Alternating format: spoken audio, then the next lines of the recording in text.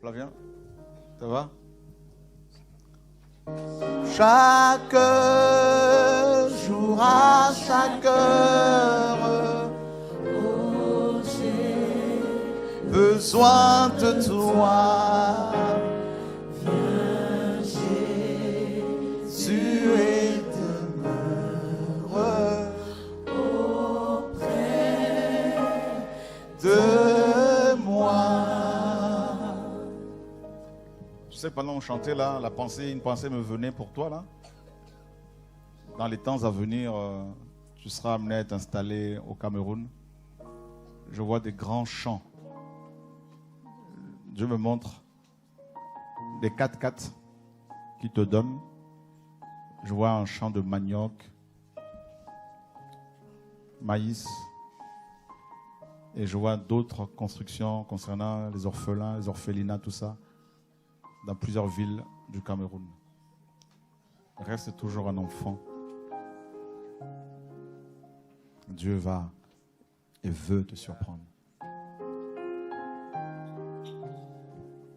Ça va? Ça va. Il a beaucoup joué à Libreville. Il a fait du foot là-bas. Il y a un frère ici, comment? Le frère? Non, Idover, c'est ça là. Ouais, tu le connais, non? Tu l'as connu footballeur? Hein? Viens un peu là.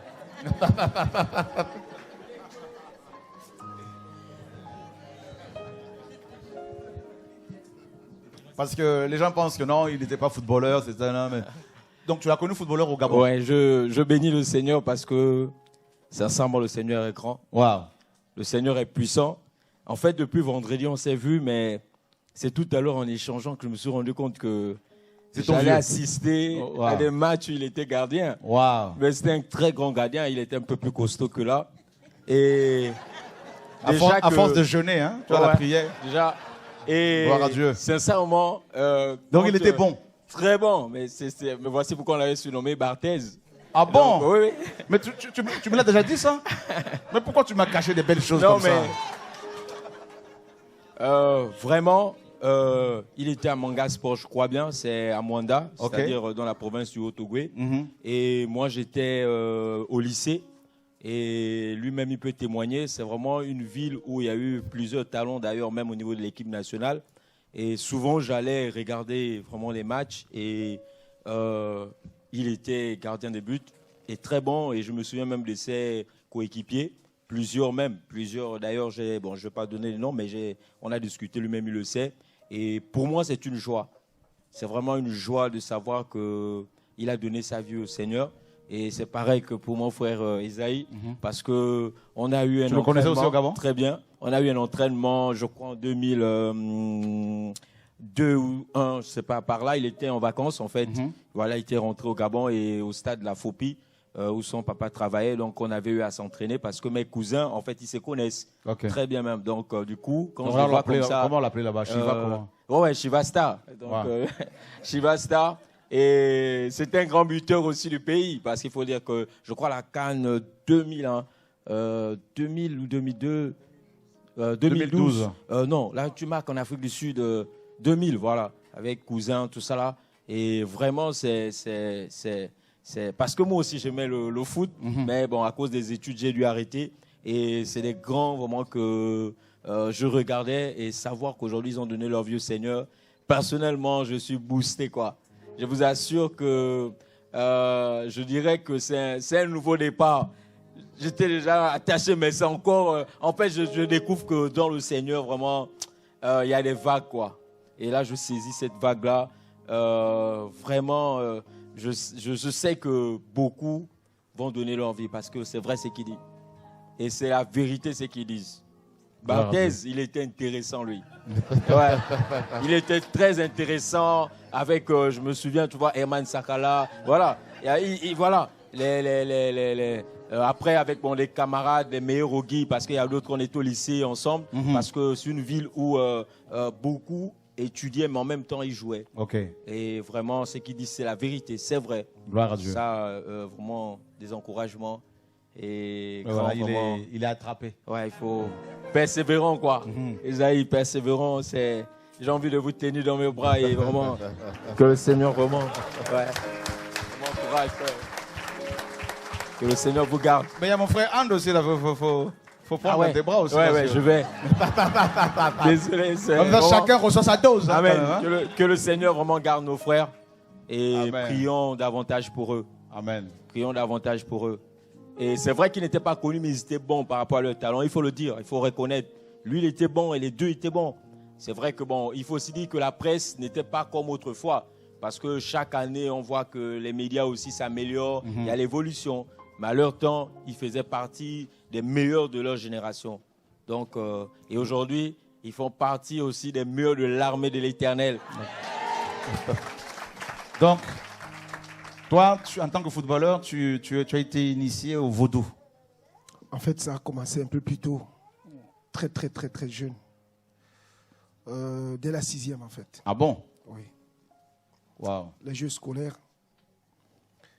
C'est là où ça existe commence. aussi le vaudou au Gabon, au Cameroun? Non, au Cameroun, c'était la sorcellerie traditionnelle. Ok. Dont j'ai été initié par mon oncle, Wow. du côté de ma grand-mère, Wow. pour les matchs de collège. Pour les matchs de collège. Ouais. Déjà au collège, quand vous jouez entre vous, là, déjà, il y a la sorcellerie dedans. Exactement. Wow. Donc après... Donc quand tu joues comme ça, le joueur en face de toi, il te voit comme un lion. Ça dépend. Ça dépend de ce qu'on te donne. Ok. Parfois, le joueur peut arriver devant toi. Est-ce que tout le monde entend quand il parle? Parfois, le joueur peut arriver devant toi, il perd ses sens, en fait. Il ne te voit plus. Il tombe, ou il s'embrouille les pinceaux, voilà. Ou il tire même à côté, voilà. Ou Donc toi, tu tire... es dans le but, là, tout ça, là, et le joueur arrive, il ne voit plus rien. Il ne voit rien. Parfois, tu attires, il peut chercher à mettre le ballon soit à gauche, soit à droite, mais le ballon vient seulement sur toi. Waouh. Ouais. Et quand toi, tu faisais ça, ça marchait vraiment? Ça marchait très, très bien. Tu as dit que tu avais aussi un marabout attitré. J'avais 4. 4 marabouts. Ouais. Toi, tu avais aussi... Attends, 2 secondes. Tu avais combien de marabouts? J'avais un. Un marabout? Oui. Un Sénégalais, un Malien, un Congolais, un Africain, un Centrafricain, un Blanc, un Noir? Un Gabonais. Un Gabonais? Ouais. Il y a des marabouts gabonais aussi. Et Bon, ça marchait ce qu'il faisait? Oui, avant chaque match, je devais l'appeler pour lui dire déjà si je commence et à quelle heure est le match. Donc moi j'ai joué, mais lui aussi jouait. Il joue un match, on va dire, à Évry, ici. Le marabout est à Paris. Pendant que toi tu joues, lui aussi, il joue. Mais il joue contre quoi? Contre qui? Bon, par contre là c'est triste. Il joue contre mon coéquipier qui joue le même poste que moi. Mais ton coéquipier n'était pas avec lui là-bas physiquement, il était avec toi. Ouais, ben... Il prend son esprit. Je ne sais pas comment il faisait. Mon Dieu. Il le neutralise pour que moi je continue à... Footballeur, cherchez Jésus. Vous avez des blessures parfois bizarroïdes, inexpliquées, inexplicables. C'est peut-être un démon qui est venu vous donner un coup de pied. C'est ça. C'est ça, non? C'est ça. Je vous dis. Vous voyez comment je sais ça? Dieu est là. Amen. Joue avec Jésus. Waouh! Donc le marabout, il joue aussi. Tac, tac, tac. Hein? On voit des joueurs qui font des crises cardiaques sur le terrain, on ne comprend pas pourquoi. 23 ans, crise cardiaque. Oh! Mon Dieu, on découvre des choses, hein? Les parents qui veulent à tout prix envoyer les enfants au foot, là, priez d'abord pour eux. Timothée est où, là? Viens me voir, s'il te plaît, un peu, là. Viens voir mon fils, là. N'aie pas peur. Faut pas, papa, non, papa, j'aime pas ça. Non, viens, s'il te plaît. On va prier pour toi. Il faut du foot. T'entends tout ça, là? Qu'est-ce que tu en penses? Bah, en vrai, c'est chaud. Parce que... en fait, on peut être derrière la télé, on voit les grands joueurs jouer, tout ça, mais en fait, le vrai monde, c'est celui-là, en fait. Et le monde que nous voyons à la télé, c'est, comment dire, une façade. Voilà, c'est une apparence. Et le vrai monde football, c'est ce qui dénonce aujourd'hui. Eh ben, au nom de Jésus. Ça va aller. Gloire à Dieu. Waouh! Donc, 4 marabouts. Oui. Mais pourquoi 4? Pourquoi autant? En fait, ça devient comme une addiction. Comme une addiction. Et puis, on cherche toujours du sensationnel. Wow.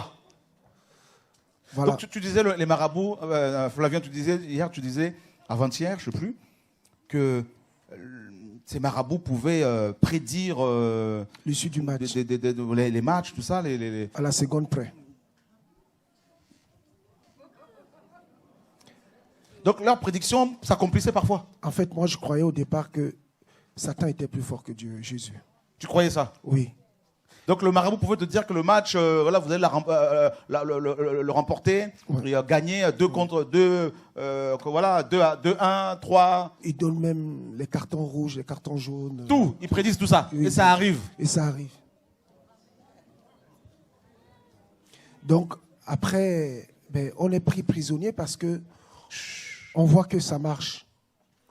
Et voilà, bon, je tiens quand même à dire que tous les footballeurs ne sont pas des sorciers. Il y a des footballeurs qui craignent Dieu, qui ne touchent pas à ça. Mais c'est une minorité. Il n'y en a pas beaucoup, quoi. Il n'y en a pas beaucoup. Mais il y en a. Il y en a. Donc, quand on tombe dans ça, moi je me rappelle en 2000, je suis sorti meilleur gardien du championnat gabonais. Tu es sorti d'un championnat, ouais. Ouais, 2 années successives. J'étais meilleur gardien du championnat. Tu étais le meilleur gardien. Oui. Et parce que tu avais 4 marabouts. Ah oui, entre autres. Ok. Entre autres. En fait, ces gens-là deviennent notre quotidien. C'est-à-dire, on devient tellement addict que ils nous prédisent tout, quoi. Ça quitte même parfois le domaine de sportif pour rentrer dans sa vie privée. Waouh. Ils te disent même comment te marier, comment faire les choses, tout ça. Exactement. Donc, on tombe dedans. On a fait des trucs et des tas de trucs.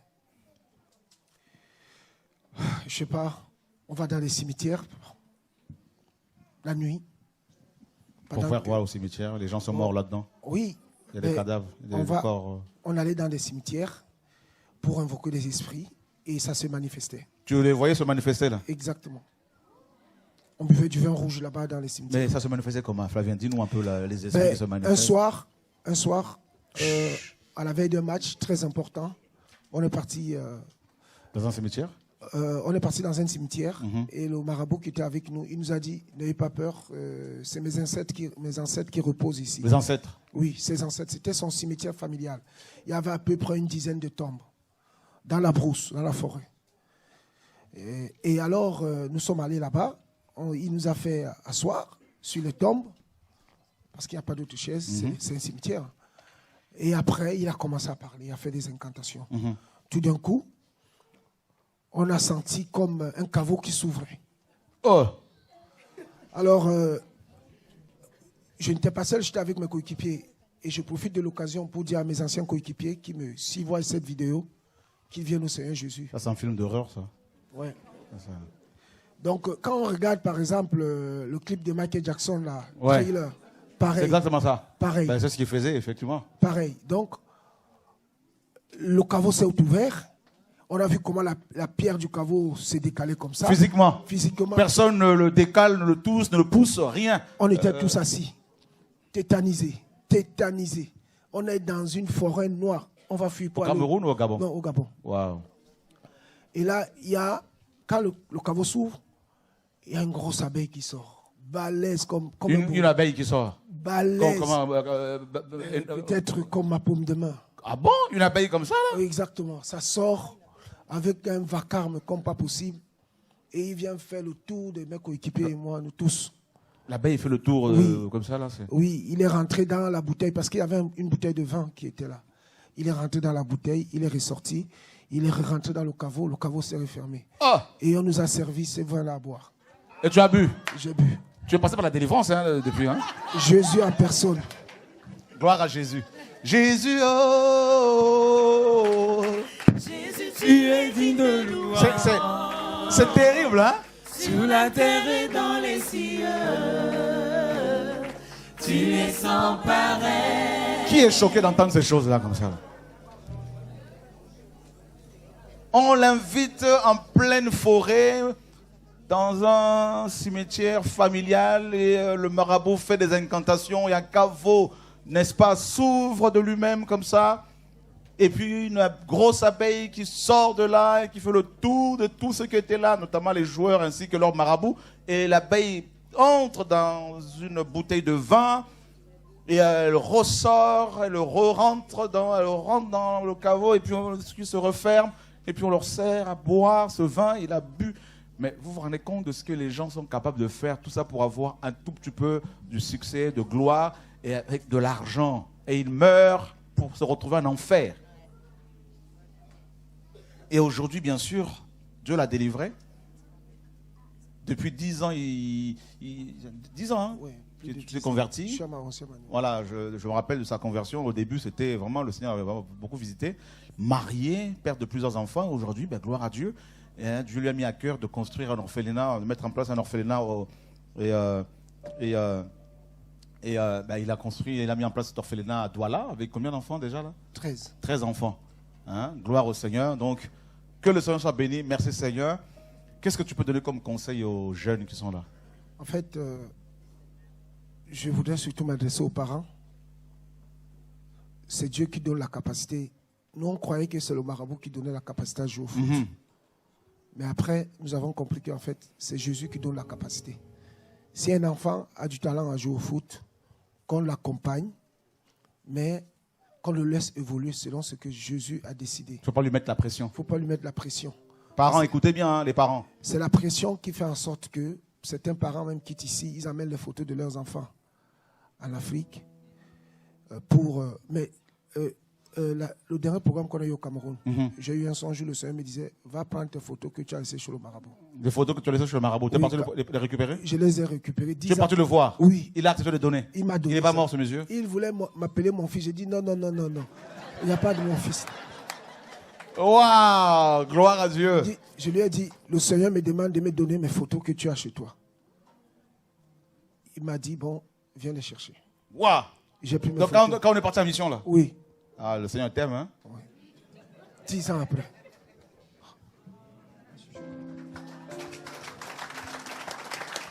C'est beau. Donc, je disais aux parents, n'envoyez pas vos photos, les photos des enfants. C'est de la sorcellerie. Jésus, s'il veut que l'enfant joue au foot, il jouera au foot. Et j'ai dit aussi aux footballeurs qui sont ici, professionnels. Moi, je n'ai pas connu le monde professionnel parce que je me suis arrêté en CFA quand je suis arrivé ici.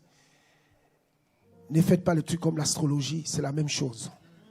C'est la même chose. Ici, c'est un peu maquillé, mais le résultat est le même. Ceux qui ne connaissent pas Jésus, je les invite à suivre Jésus. Et ceux qui le connaissent, de rester plus près encore à ses pieds. Et j'invite aussi à mes anciens coéquipiers, d'autres qui sont des sélectionneurs nationaux maintenant. Il y en a même, tu me disais, qui ont des rapports sexuels avec leur mère. Exactement. Voilà. Que tu connais? Oui, je connais, oui, personnellement. Donc, on les invite. Vraiment, il y a d'autres même qui ont fait disparaître les grossesses dans le ventre de leurs femmes. Des choses horribles. Je les invite de ne pas rester dans cet état, de venir à Jésus. Jésus ne nous juge pas. Jésus ne nous condamne pas. Il compatit, il nous nettoie et il nous donne une nouvelle identité. Donc, vraiment, je remercie le Seigneur pour ce qu'il a fait pour moi et pour mes frères. Waouh, gloire à Dieu, gloire à Dieu. Seigneur, merci. Mais tu vois, Flavien, moi je pense que vous avez beaucoup plus d'expérience que nous dans ce domaine. Je pense que c'est important quand même de faire, à moins que le Seigneur vous ne le demande pas, de faire des émissions pour conscientiser un peu les gens, pour sensibiliser la jeunesse, tu vois, donner, je sais pas, des gens qui peuvent recevoir des conseils pour éviter ces pièges, parce qu'il y a beaucoup de jeunes hein, qui font du foot. Qui fait du foot ici là? Qui fait du foot? Aujourd'hui, il y en a pas mal qui font du foot et qui nous écrivent tout ça, qui viennent nous voir. Donc il faut vraiment, je pense que ce serait une bonne chose de temps à autre de pouvoir faire des émissions pour parler de tout ça. Voilà. Il y a beaucoup de couples qui se brisent à cause de ça. Voilà. Vous voyez, il y a un frère, là, un footballeur là, qui a été vendu combien 20 millions. Hein. Donc c'est beaucoup d'argent qui sont gagnés, ça brasse beaucoup, des milliards, des millions. 20 millions, vous vous rendez compte? Un salaire de 2 millions parfois, 1 million par mois. 200 000 par mois, ça te tourne la tête. On a des frères qui sont agents de foot et ils ont besoin d'entendre ces choses-là pour qu'ils soient corrects, pour qu'ils soient vrais avec le Seigneur. Vous voyez? Parce que c'est beaucoup d'argent qui sont brassés. C'est pour cela que oui, ça fait un buzz. Mais Dieu se sert de ça, mon frère Esaïe, pour interpeller. Tu vois? Afin que son nom seul soit élevé, connu. Parce que David me disait tout à l'heure qu'il y a au moins 48 médias qui ont relayé cette information. C'est gloire à Dieu. Mais je crois que ça va continuer encore, ça va continuer parce qu'il faut faire des émissions là-dessus. Il y a des émissions sur le foot où les gens sont encouragés voilà, on leur donne des conseils, tout ça, des émissions païennes, hein. Mais pourquoi pas avoir des émissions comme ça? Moi, je pense que TV de vie est là. Il y a aussi Vivre l'Évangile, pour faire des émissions avec des frères de Niort là-bas. Et voilà, pourquoi pas aussi avoir une chaîne comme ça là, pour vraiment annoncer la parole aux footballeurs, aux sportifs. Donc il faut une vision comme ça, là, ça va aider.